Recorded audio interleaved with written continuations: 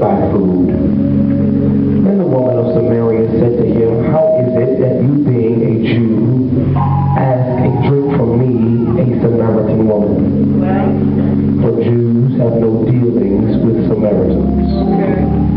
Jesus answered and said to her, if you knew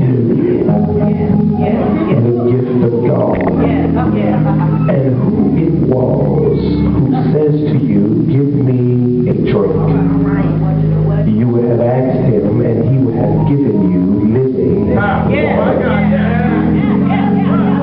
And the woman said to him, sir, you have nothing to draw with, and the well is deep. Where then do you get this living water? Are you greater than our father Jacob, who gave us the well and drank from it himself, as well as his sons and his livestock? Jesus answered to her, whosoever drinks of this water will thirst again. But whosoever drinks of the water that I shall give him will never thirst. But the water that I shall give him will become in him a fountain of water springing up into everlasting life. I want to preach today from the subject, freed by an encounter. Freed by an encounter. Let me open today by sharing with you, the Bible gives us many instances of encounters with God. For this particular lesson for today, the encounter that sticks out in my mind is the encounter of John chapter 3 with Jesus and Nicodemus and this woman here in John chapter 4. In John chapter 3, Christ encountered a Jew. But in John chapter 4, he encounters a Samaritan. In John chapter 3, the person was a man. But in John chapter 4, the person was a woman. In John chapter 3, the person had rank. But in John chapter 4, the person was a commoner.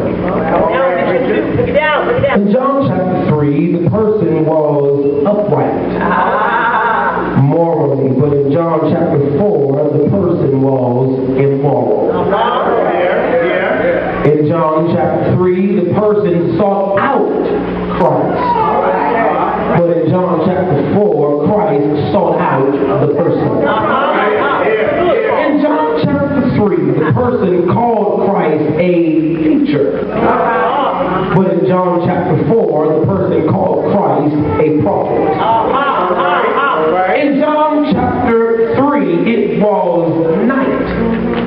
But in John chapter 4, it was day. In John chapter 3, the encounter was in the privacy of an home.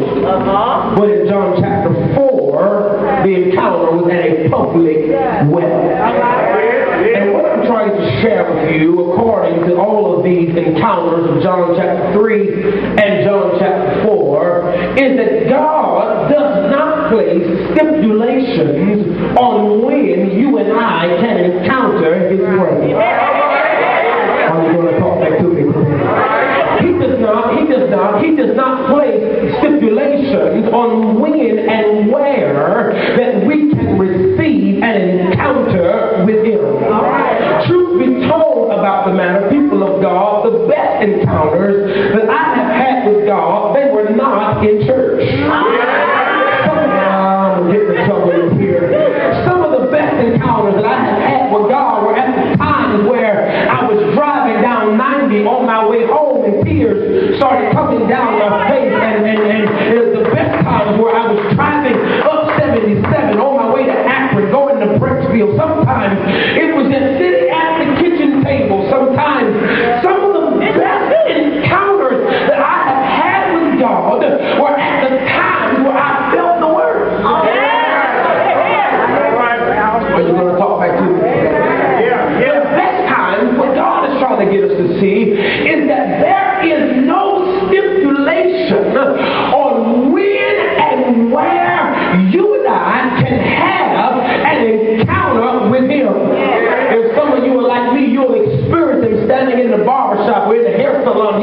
You'll get a quickening and go to dancing in the lettuce aisle at Dave's supermarket. You'll be walking up by the juices and say, well, Lord, I just thought about your goodness, and something will shoot through you, some type of blessing. You'll see where you could be and really look at where you are and have an encounter with God right then and there.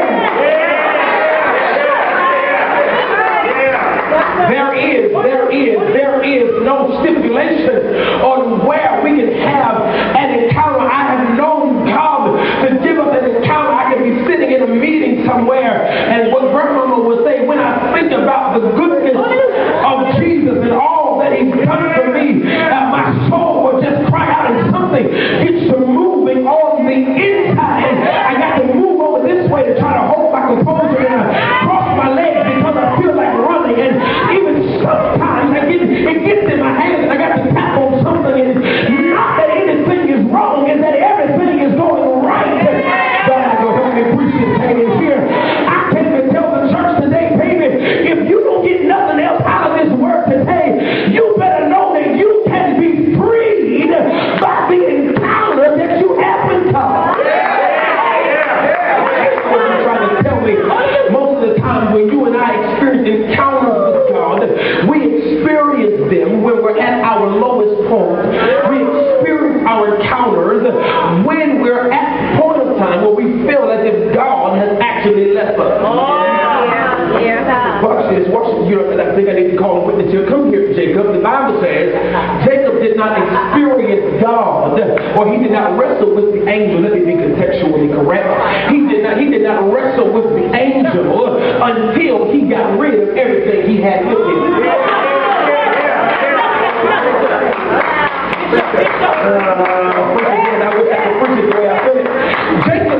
Jacob did not wrestle with the angel until he sent all of his cattle, all of his wives, and all of his livestock over the ford of Jabbok. If you read it correctly in Genesis chapter 32, it finally says when Jacob was actually alone, then he began to wrestle with an angel. Pastor, what are you trying to get me to see? Baby, you probably won't experience God until you get by yourself. Okay, I'm getting in trouble here. What do you mean, Pastor? We probably won't really experience God in his totality until some of us actually lose some of the people that are hindering us from getting into God's presence. We really may not experience God in his full manifestation until we get rid of some of the things that keep our mind bottled up, that keep our spirits all enraged, that keep us angry, that keep us crying at night. We will not experience God until we lose some of the things that are standing between us and God. Moses says we can be freed by an encounter. So watch this. As we look at Jesus here in John chapter 4, I want to make sure I kind of stick to this text today. Stick to this script. I got a lot to give you.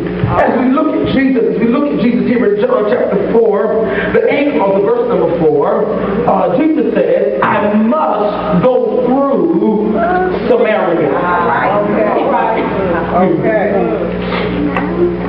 The major point, one of the first major points of John chapter 4 is the word must. Must suggest that there is a plan in mind. Must suggest that there is some type of purpose. There is some type of work that has to be done because of the urgency of the word must. The text says that Jesus says, I must go through Samaria. Even as a young boy, Jesus told his mother, Mary and Joseph, that I must be about